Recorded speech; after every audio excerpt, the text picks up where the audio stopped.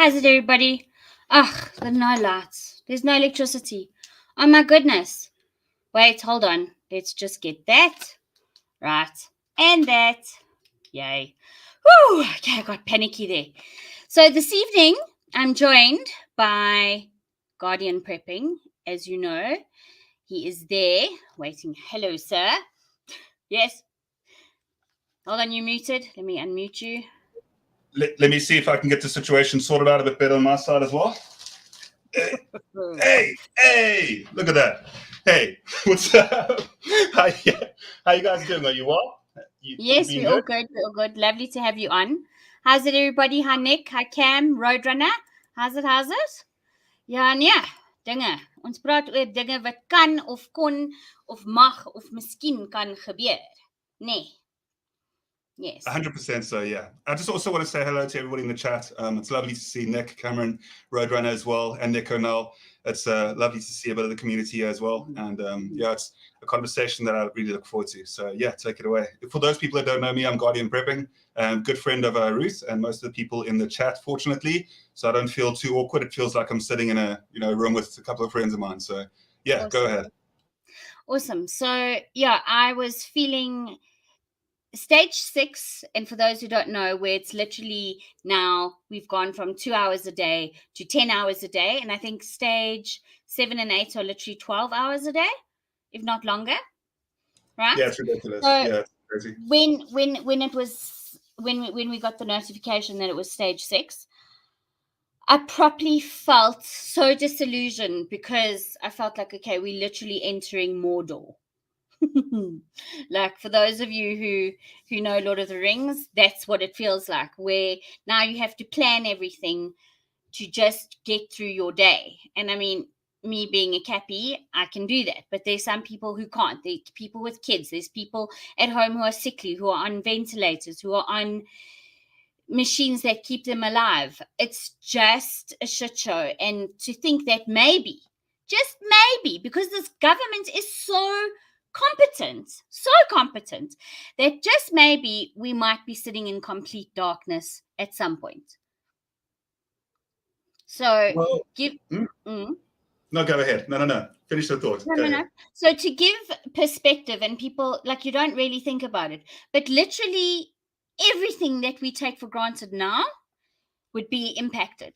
Getting in your car, driving to a shop, driving to the gas station. There'd be no gas. There'd be no way to get the fuel into your car unless literally they open the shafts of the fuel garage and hollow out, pull buckets, and literally fill your car like that manually. We'd have to resort to everything being manual. Everything. But you're the expert. You tell us more about it, because it just blows my mind. I think when it comes to experts, I'd love to say that I think most South Africans are experts to a degree on this, yourself included as well. Just the fact that we've had to deal with load shedding for as long as we have as well, and the power outages. We kind of, as a culture, we laugh at it, and how many Nando's adverts later, you know what I mean? Like there's a lot of kind of background to the fact that we all are used to it, and that it's something that we're all pretty much comfortable. But it's the thought project, and it's the understanding of realizing that what happens if it does go from being what it currently is with just load shedding to something that is far more severe, and what is the potentiality of that as well. If we look back at about a year or two ago, we can look back and see that we also had stage 6 and a threatening, they threatened stage 8 for a while. I'd say about 2 years ago, that was before the CV situation occurred. So it's just like, if you look at where we are right now, that we may be going into that again. That's something that people should absolutely understand, and that's where you are, even your willingness to do a stream like this, to actually realize that we may eventually go into something that's that heinous, is a really good step in the right direction to make people more aware, and to enable people to think about these things on a much more daily basis. And it's not about going from like not being prepared or not being into survivalism at all to being like Bear Grylls, for example, or something like that.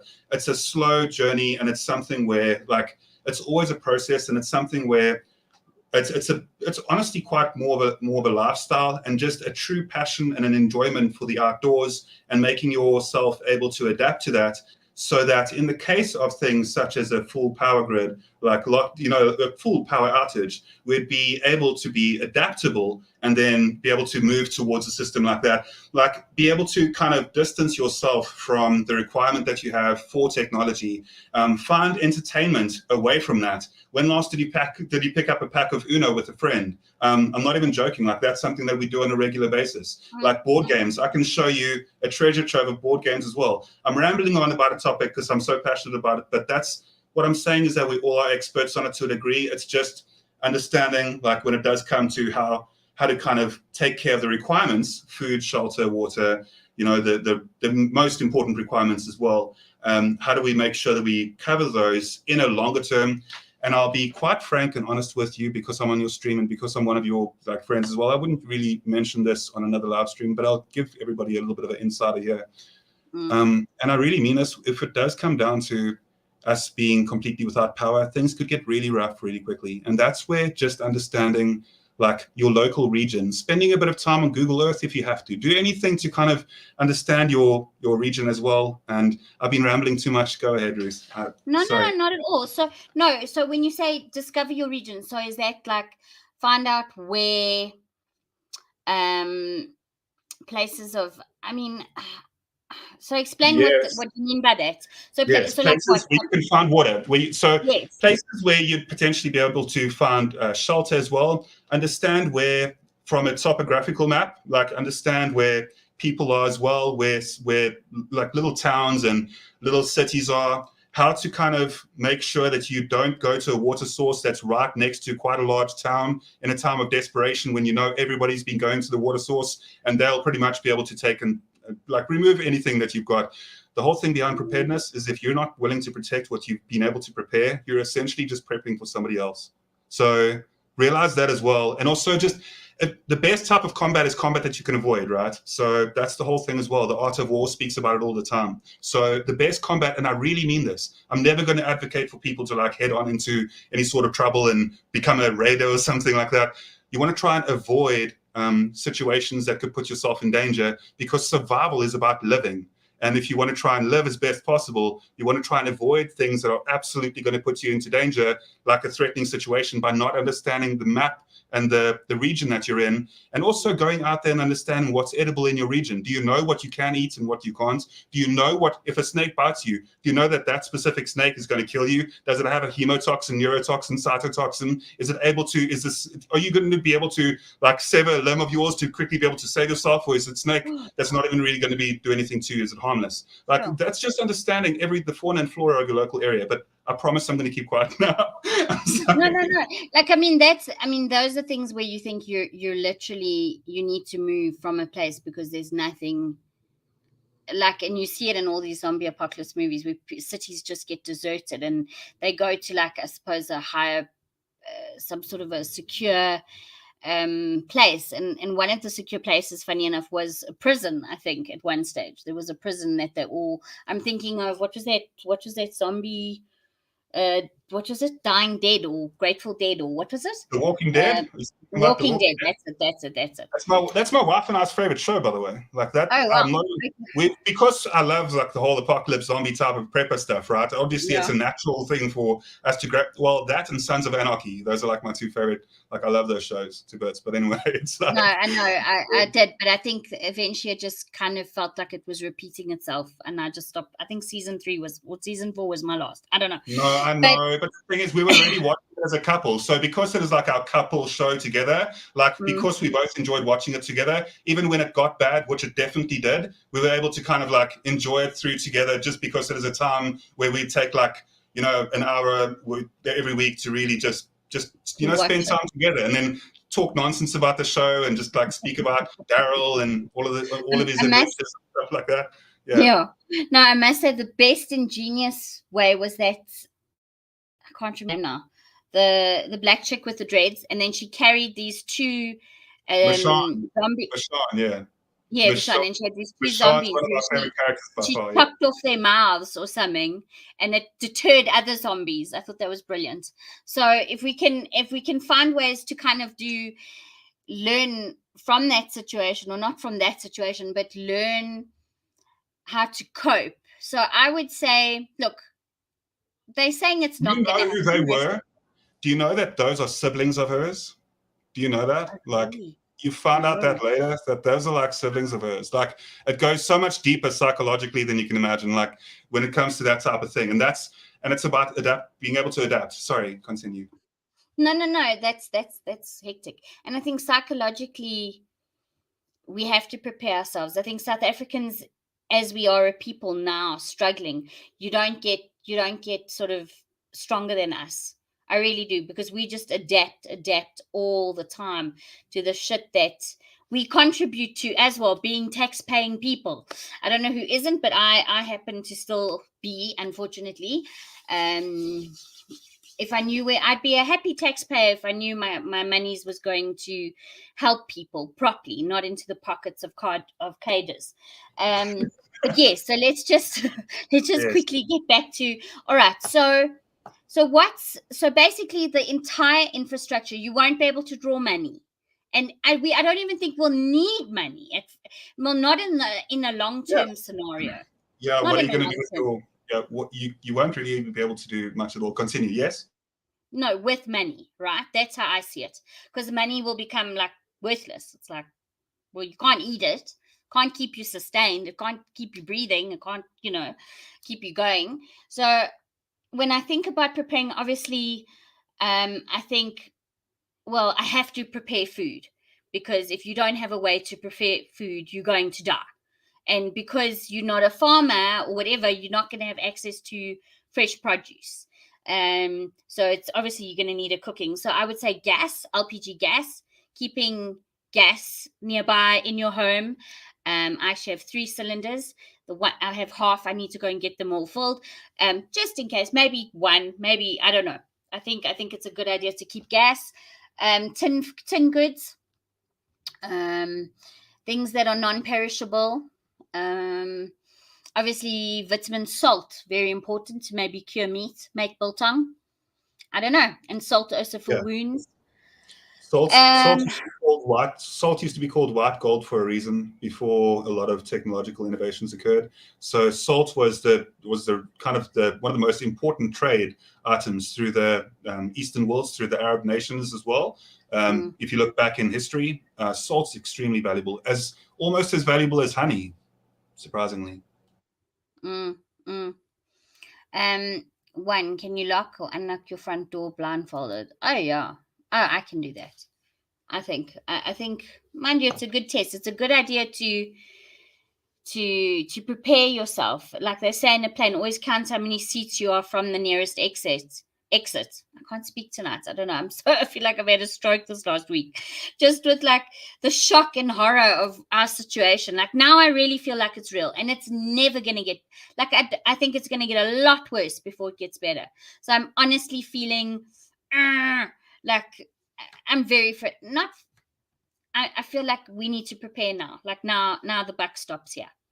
So yes, okay, now it's your turn. Okay, so add on to what I was saying, please. No. I also enjoy your opinion as well, and I also enjoy the conversation. Most of a conversation is supposed to be listening, so I also enjoy it when I listen, not just when I ramble. But you get me talking about preparedness, and that's why I'll ramble more than anything else. In like a professional setting in my career or in a family setting, I don't always just like blurt out all the nonsense that runs into my head.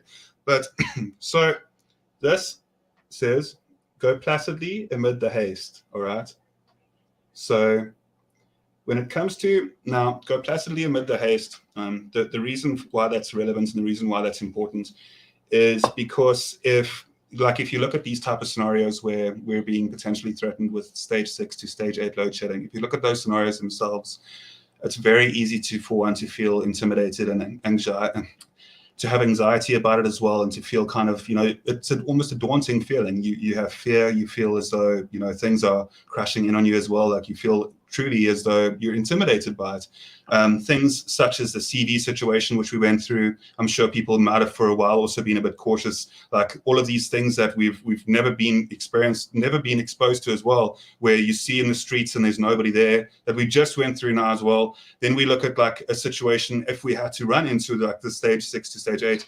What I'm saying, and the reason why I brought up the go placidly amid the haste, is because it ties together when you start thinking about the way that we have to consistently be conscious of the fact that we may not always have the stability that we're provided by the government and the people that provide it for us right now. And the whole essence of everything is to try and be as independent as possible, being able to make sure, and that's why I say it's a lifestyle. That's why I say it's something that we should just try and adapt and just do practice. Like when last did you, if you have like, okay, start off by planting a potato. Start off by planting some tomatoes. Start off by doing the fundamental things to grow your own food. Go and see, would you be able to like get water? Do you know how to build a water filter? Go and do a fun experiment. Build yourself a water filter, drink that water, see if you enjoy that water. Go and get like a nice filtration system, Sawyer Mini, Life Straws, Berkeley's. Like go and do things like that. Also organic water filtration systems as well. Like it's all of these things, adapt them and practice the skill sets every single day, because the gear doesn't mean jack. That gear can be lost. That gear can be taken from you so easily. All you have at the end of the day is your experience with nature, and that's why it's important. I'm never going to be somebody that like advocates to be like a fearmonger in any way. That's why I'm saying go placidly amid the haste. That's why I'm saying stay calm. But also, while simultaneously saying stay calm, also realize that things can completely go petong before you know it. And you have to realize that, so that one day you're not like, oh my God, what am I going to do? You know what I mean? Like you don't want to end up in that situation and be an idiot and a statistic. You rather want to be somebody that looks at the past and through history and realizes that the only way to kind of like circumvent any sort of misfortune to yourself and those around you is to realize that things can get rough. Yes. And I think another thing that we haven't mentioned that's of vital importance are black mirrors. They're not going to work if their battery dies, even if the battery is full 100%. We can't rely on them. We can't.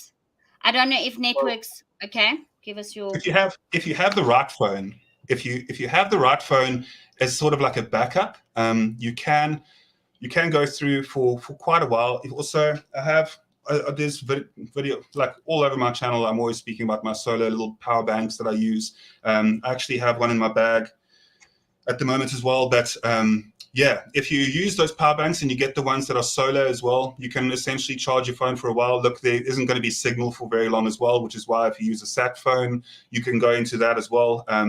But you're right. You're not going to have that device that you use and utilize all the time. Also, how often do you really Google things? Okay, just realistically, if you use, I'm sure that you're also somebody that uses Google quite often. And if you're just curious about something, you'll do a bit of research, find out, do a bit of just a bit of a deep dive.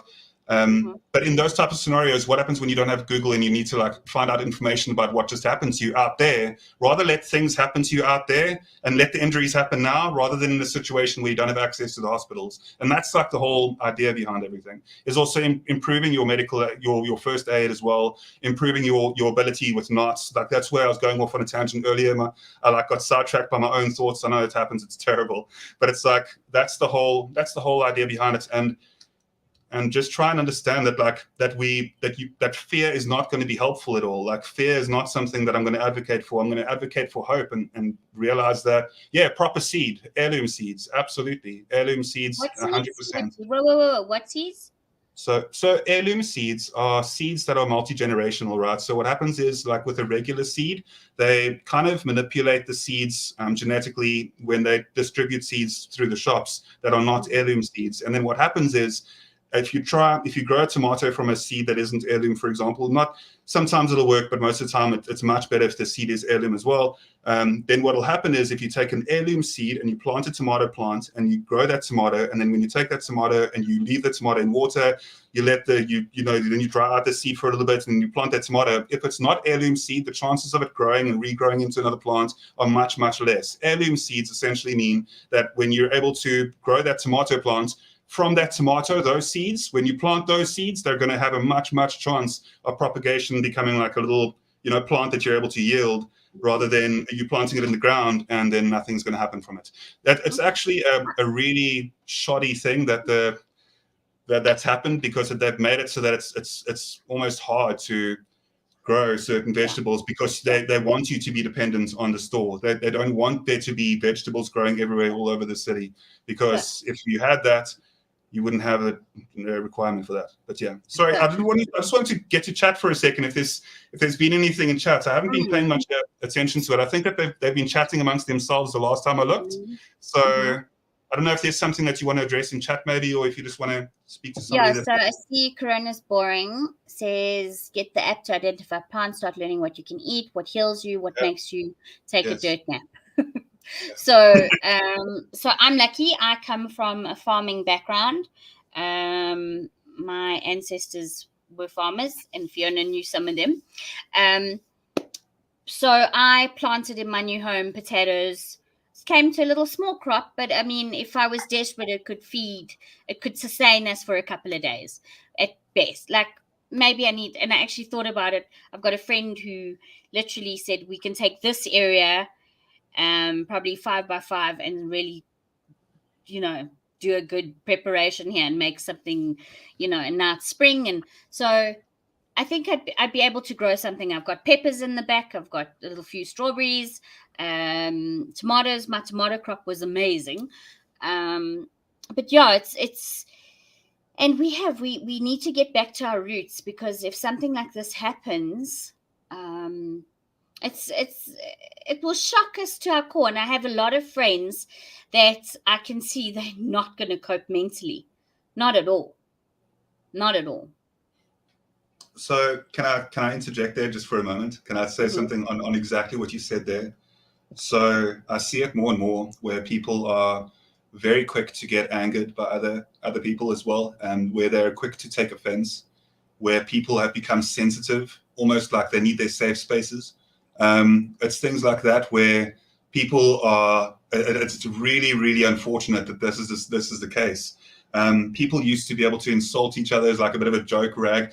You'll find quite often that in more stressful type of careers, you'll find that the people in those careers will do a jokingly kind of insult, kind of rag at each other more often, because it's a type of a term of endearment, because of the type of stress that those type of careers would usually put somebody in front of, right? So it's like when it comes to the sensitivity that's occurred recently, and the fact that people are so quick to be offended and upset and that type of thing, you can hardly say anything these days without upsetting somebody somewhere. So even if you try to step on us as much as you possibly can, you'll eventually and that's also what makes it hard for people to have true friendships and relationships, is because people are so scared at the moment to be honest with each other about where they're really coming from.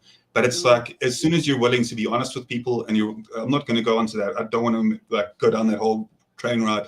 All I'm going to say is that how can you expect people right now that can't cope with an insult or two to how can you expect people that can't cope with that to handle like SHTF type scenarios, right? Where everything's completely going awry, and like you don't know how to deal with situations when, like, you know what I'm saying? You got to have a certain type of mental, be a little bit rigid when it comes to be a little bit more stable and less likely to be, fanatical when it comes to people insulting you or something like that. And I think what you said earlier about go placidly, go placidly. Say it again. Go placidly, keep amid the haste. Amid the haste. No, yeah. And while everyone's freaking out, and the trick is to probably avoid crowds at all costs.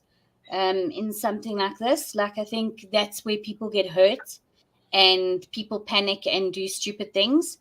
No, it's definitely something to think about, and I have thought about it. I saw a video, and apparently it's based on a true story. I think eventually the couple in that were saved, but a few of them were saved. So a bunch of friends rented a little boat, and there was a couple with a baby, and the guy that rented the boat and knew sort of a little bit about the boat, they all jumped in the water, and this guy actually took the mother of the child and jumped into the water. Then they realized they didn't let the ladder down. So they were all floundering in the water, trying to grab onto the boat, and they couldn't. and and then they realize, my God, the baby's in the boat, like alone like, can you imagine the amount of freak out stress that must have gone on? Like, and that's the thing, when you're in a fun situation, or you just try and keep your head. And I think the one thing about this whole lockdown situation that we were in, I mean, I remember I started numbering the complex dustbins, because I was thinking, okay, there's not going to be like garbage collection. Like, if things really go pear, there's not going to be services anymore to collect your garbage, for example, right? Because there's not. So we need to not, instead of filling all the dustbins all at once, we start with one and we go from there. And you have some sort of a rotation system that makes sense, so that you can actually conserve your bins. Or, do you know what I'm saying? Like, you have to think very, very rationally. Very rationally. So on that thought, if you are in a situation, right, where you feel as though you can trust the people that are in your local area, in your complex or whatever, or your local townhouse or whatever the case may be, then sure. And if your townhouse is like in an isolated situation, but if the services just stop for a while, it's not going to be advisable to instantly just flee and get out of town 100%, right? Like, it's going to be, what you're doing is a very good thing to kind of be conscious in those terms, because like, for the first while, it kind of depends on your proximity to the center of town as well, though. For the first while, if the lights go bang, okay, say for example, let's just do a thought experiment just for a second, right? So the lights go bang right now. Load shedding is going to occur for me, and that's why I've got I was only going to have 5 more minutes, but I'll extend it because I'm really enjoying the conversation to like another 15 minutes or so. But the thing is that it's like, when it comes down to so this is a thought experiment. So load shedding starts for me here at 8 o'clock at night. And the power just doesn't come back on at all. Okay, the infrastructure is down and that type of thing. There's obviously so many things that are put in place to prevent this from occurring, and I understand that as well. I'm a realist when it comes to this, but it's like, if that were the case, and if we finally do hit the nail on the head when we can't continue anymore as a country, and the power grid is waning, and we have to go for long periods without any power whatsoever, the first thing that we should do is not to just completely flee or get out of town as quickly as possible, because then during the beginning of CV, like, we should have all done that, right? But nobody did. Did you notice that? Like, even though there was something that was potentially life-threatening, like however you want to call it, right? However the case may be, we didn't all of a sudden all just like disperse and go into the woods or something like that. In fact, there were quite a large, and this brings me to something else, and I just want to try and get to the point quickly about this too. In the beginning of the lockdowns, which we experienced, there were a lot of people that actually left and went into the woods, and there were a lot of people, and in some areas that there were so many people that their idea was to go into the woods, that out there in the woods, there's hardly anything to eat. Most of the things people have already hunted already. You'll be surprised how quickly people will just absolutely, because you're not the only person to think like, hey, let's just completely get out of town, right? So it's like, just understanding that in the beginning, for the first few days, I would honestly recommend just keeping a very close eye on the situation, having the capabilities to defend yourself and your home and the people that you love in your household, keeping a close eye on the situation and staying close. Already right now, you should be building community within your neighborhood, right? You should be like bonding with people. You should be forming friendships. You should at least have a good amount of understanding about who the people are around you. Can you trust them? Are they actually on good terms with you? Because then if things kind of go wrong, I'm not saying make best friends with your neighbors, because you shouldn't make poo-poo on your own doorstep, right? I know that can kind of go wrong too, because you make a good friend but with your neighbor and you have a bit of a tiff, then you got a neighbor from hell, and nobody wants to deal with that in life, because you can't escape because they're next to your house, right? I get it. But at the same time, you should at least know your community. You should know your neighborhood. You should try and do community projects, crime prevention, be involved in sector policing if you can, be involved in community projects that enable you to get to know your community. That way, if this type of scenario comes out where we get a complete blackout, right, you already have a support structure in your local area. Do you want to walk out there into the middle of nowhere when people go back to some sort of a trading type of thing, and you don't know a single person in your neighborhood, and you had all this time where things were right to kind of get to do that, but you just kind of flaunt, like, you know, like it makes no sense for people right now to not try and do the things that they can to be more prepared. And that's what prepping is about. It's not about like being like out in the woods all the time and like having as many utility items for defense as possible as well. I almost said the G word there. I stopped myself though, fortunately, because I don't even like saying that on live streams for specific reasons. But anyway, when it comes to things, it's like just be mentally as cognizant as you can and as conscious of situations. Stay alert, protect yourself, live like a healthy life. That's why, as in preparedness, we should try and be like people that advocate for people to be more healthy as well, for people to just eat as well as they can, and to just be like happy people, and to be mentally and stress-free as well, because stress is extremely bad for your body. And why would you be preparing if you don't really value, or you don't really like have a lot of like, sorry for saying like gap words all the time, but why would you want to be into preparedness or into survivalism if you're not going to have a life that's worth protecting, a life that's worth preparing to protect, you know? That's essentially what I'm saying about it. Sure. Well, I'm training my teenager to be strong, and I don't know. I don't have anything to actually protect myself with besides a very sharp bread knife. I know it sounds stupid. I know it's pathetic, but I mean, we did try. Maybe I should think of investing in a really powerful air gun. Are you allowed to have dogs? Are you allowed to have dogs? Yeah, we've got 2 rescues. You have your little puppy there. I've seen your little puppy. I actually love your. Yes, so I'm actually familiar. I even realized, but when thinking about this, I even realized that like simple things like dog food, eventually there won't be dog food. Do you know? I mean, look, I'm thinking worst case scenario, we sit in the donker for what, 3 months? I mean, 3 months. That's like so much time. And like I say, you've got to learn how to trade. You've got to learn how to barter. Has someone got this? Has someone got that? You know. How do you know, if you don't know your community, how do you know who has what skill? How do you know who's good at what? Do you know who has like, do you know the people in your community? Do you know who's a person that over a long term is a person that you wouldn't really want to be around because they're kind of like grumpy or something? You know what I mean? Like, know who are people that you'd want to spend like a SHTF type scenario with. Like it's the whole thing.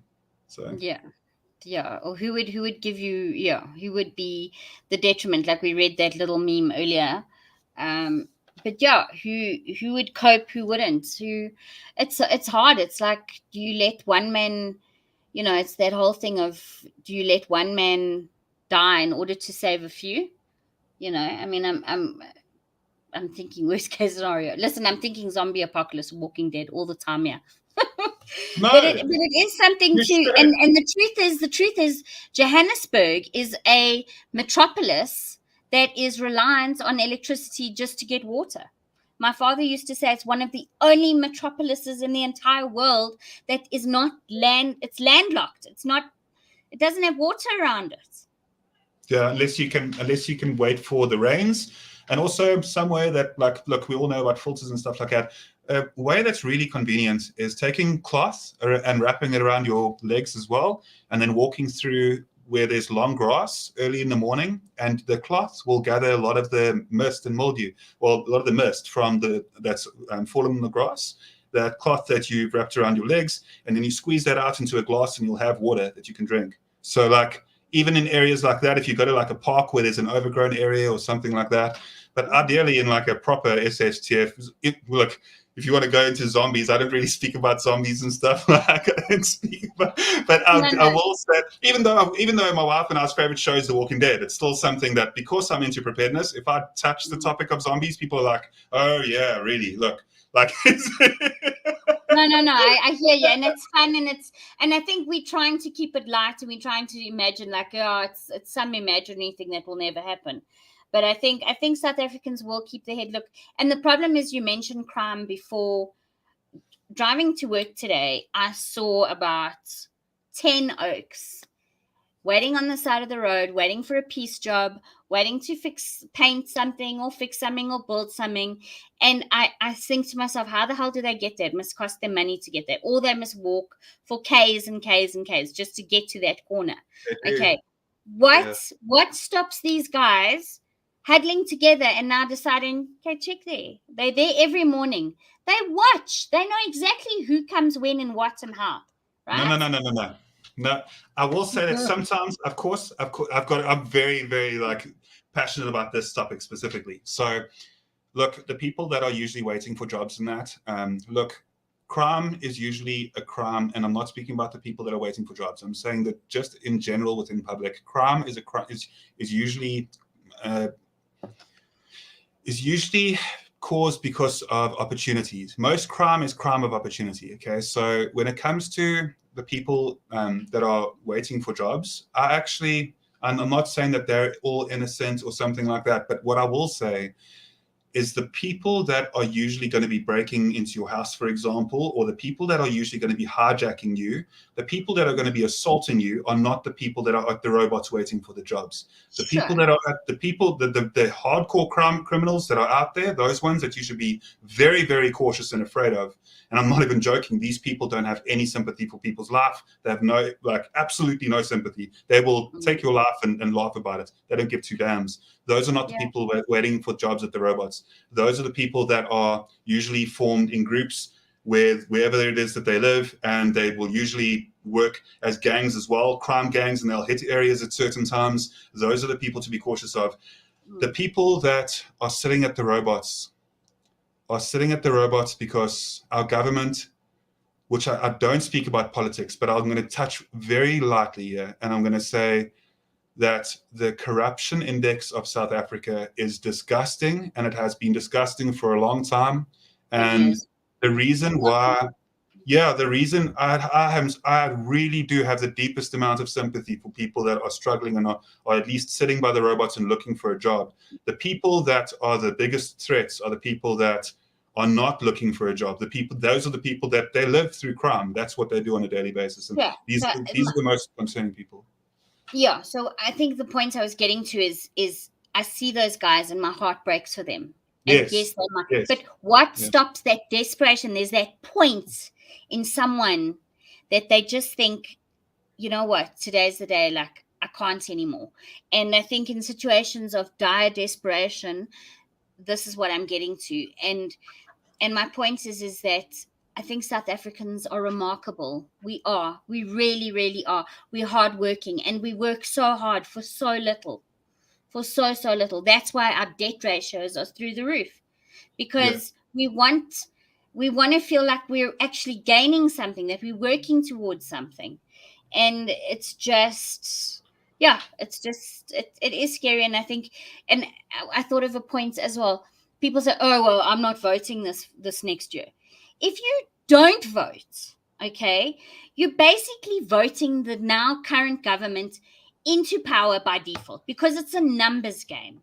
You can't say to someone, oh, I'm not going to vote because I don't know who to vote. You have to tell them. Doesn't matter who besides the Red Berets. It doesn't matter if you're voting ACDP or DA or whatever. You have to vote for someone.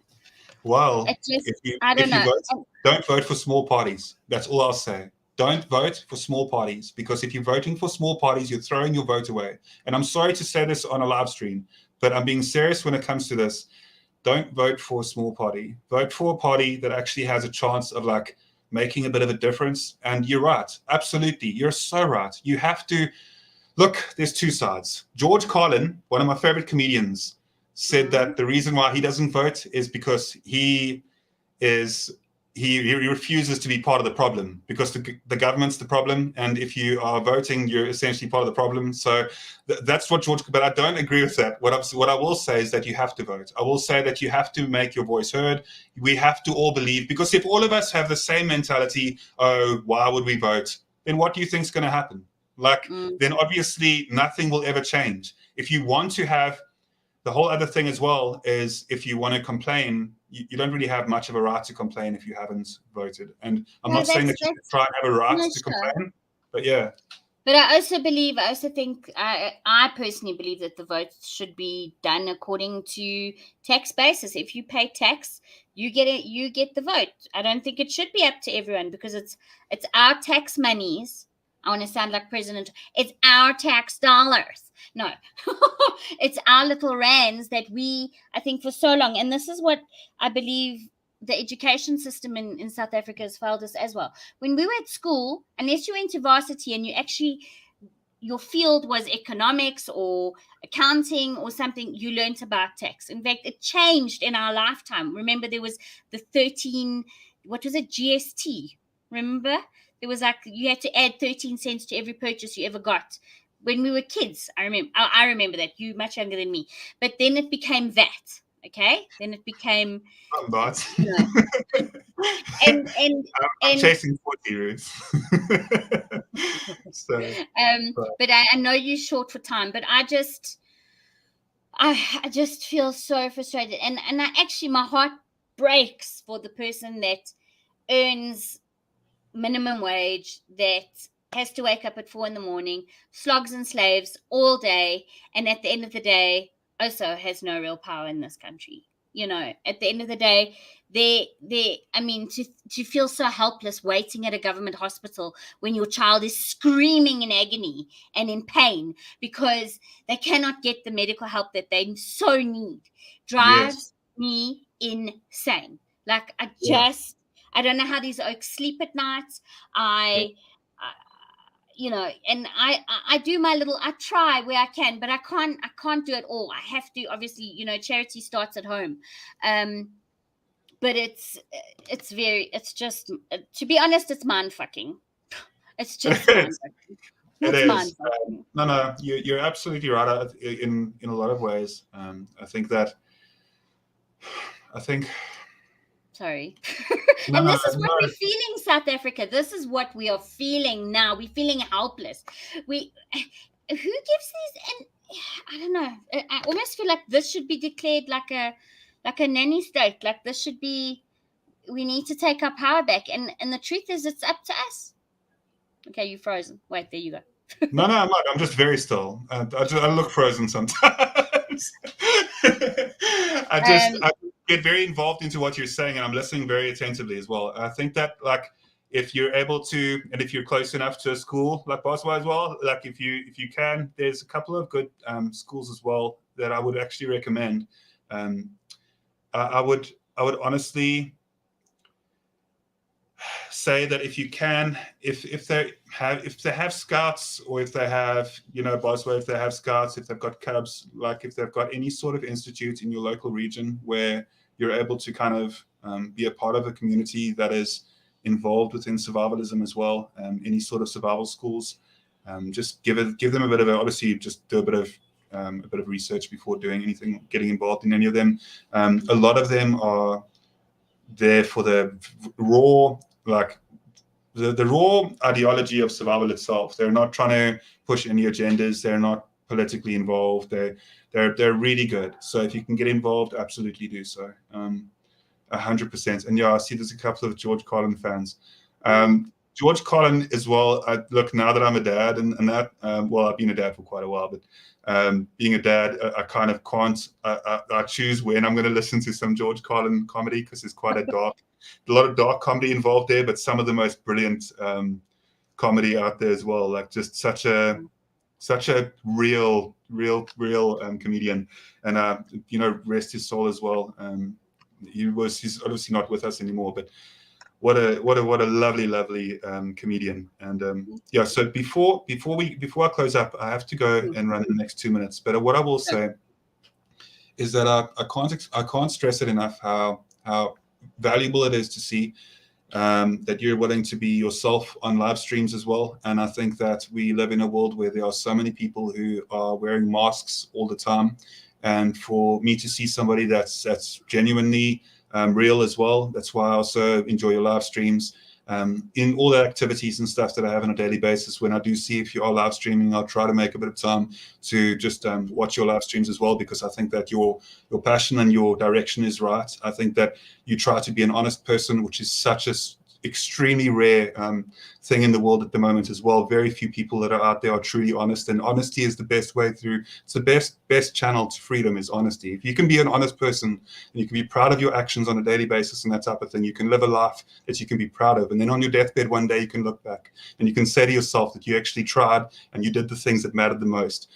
And you help people, and you were genuine and kind in that. So what I'm going to say is you're awesome, Rebellious Ruth, and your community is really cool too. And thank you, Cameron and Nick, for the support over time. I love you, brothers, and I really appreciate that you guys are there, and I appreciate the support that your second half over there on that side gives to you as well, Ruth. I think that it's great that he's around there to support you and that is with you in spirit, and that's really valuable.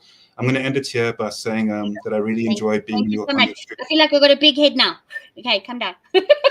Thank you for the compliment. I mean, you're so South African as well, which is something that's awesome. I love that about you. I love that you're very real and you're down to earth, and like, you know, you're yourself, and you don't try and like put on like all these other masks that people wear on a day-to-day basis. And I'm being serious about that. I cannot stress it enough how awesome it is that you're genuinely yourself. And thank you everybody for joining the stream tonight as well. I know that Ruth might continue for a little bit longer after I jump off here, but look after yourselves and stay safe out there, and just keep that mentality going. And don't stress, like whatever you do, like no matter what the media throws at you, just stay calm amid the haste. That's what I'm saying. Like, keep it together. If you freak out and if you get concerned and stuff like that, it's not going to help you. Yeah. But later. No. Bye, everybody. Cheers. Thank you. Bye. No, great. So yeah, Guardian Prepping, check him out. He's also got amazing videos and amazing insight into all of this, what we're talking about. So yeah, guys, it just hit me like a ton of bricks on Sunday, and it physically affected me. Like, not physically in the sense that, okay, I don't know if, you know, I can't plan my day because now I can't cook for Sunday lunch. And besides that, it just, the sheer worry of the implication of what lies ahead now, the fact that they have not gotten their shit together. And Andre de Ruyter? Yeah, just please, like, I don't know. I actually, and now, like White Zulu said, they actually have been exporting all our good coal to the EU.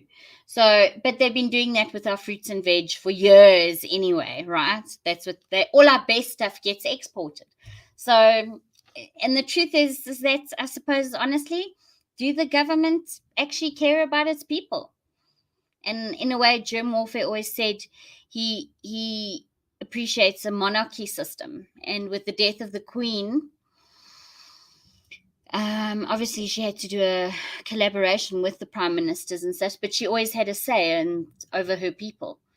And maybe that's something we need to look at. Maybe we should be turning to our royals. I mean, they're going through a tumultuous time themselves, but perhaps, you know, we need to maybe give the responsibility over to someone else. Because I'm going to say it, the government just really doesn't care about you, and it sure as hell doesn't care about me. Because if they did, we wouldn't be going through all this shit and seeing just the sheer disregard for human life. Disregard, complete, because there are people that rely just in order to breathe on electricity. But yeah, so those are my thoughts about, I suppose, the last couple of days. But yeah, think about it. Think about how you're going to maybe plan. Maybe you decide to just stock up on, I don't know, popcorn or some canned goods or something that could maybe help you trade or do something on if the poop was to hit the fan. Maybe nappies, maybe, you know, something you could trade with, like, you know, improving your security, improving your surroundings. I do. The cupboard below the TV is full of board games. So I won't be bored. I just need to find cool people to play it with. So yeah, I love a good board game.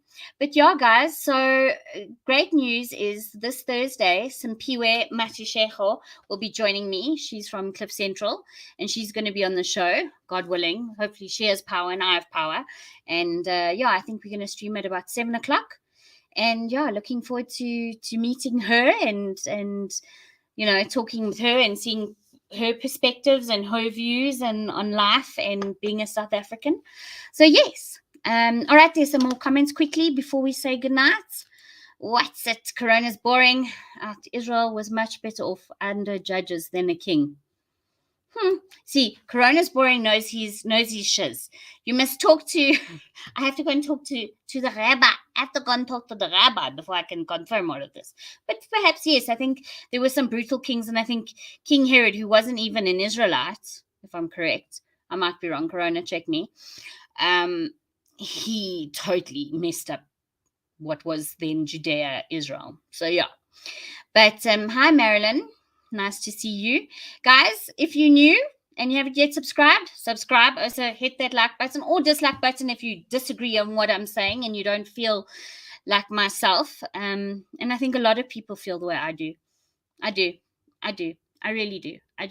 Yes, we can stick our heads in the sand, and as a coping mechanism, we do that daily. It's easier to just zone out and just concentrate on our little units and make sure that everything in their lives is right and working.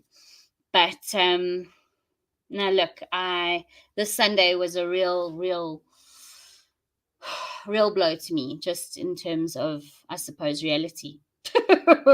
But yes, so yeah, guys, have a great Wednesday. Oh, and if you're in Gauteng, it's gonna rain, and I think it already did drizzle a little bit. Look, there's a prediction where they say it never really rains until Paul Klee se verjaarsdag, die 10de October. So that's my prediction. It may drizzle a bit tomorrow.